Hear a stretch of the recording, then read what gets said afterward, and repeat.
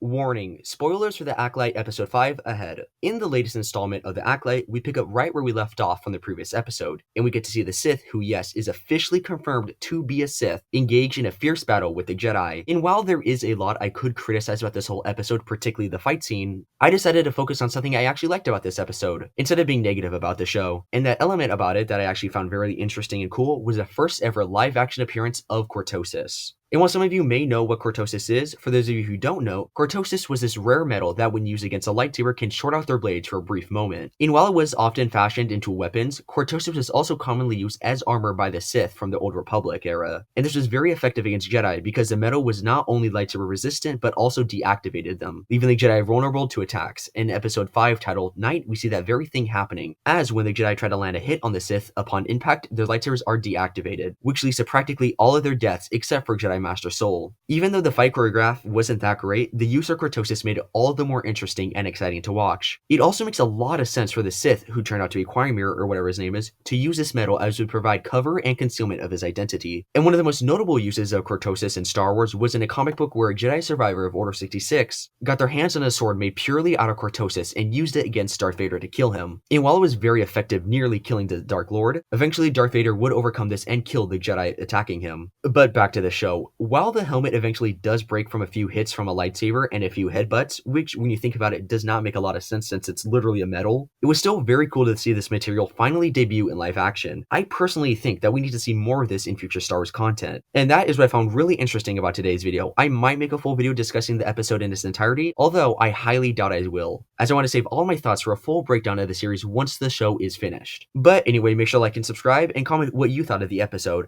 I'd give it a solid 4 out of 10. And with that, my fellow Star Wars nerds, may the Force be with you.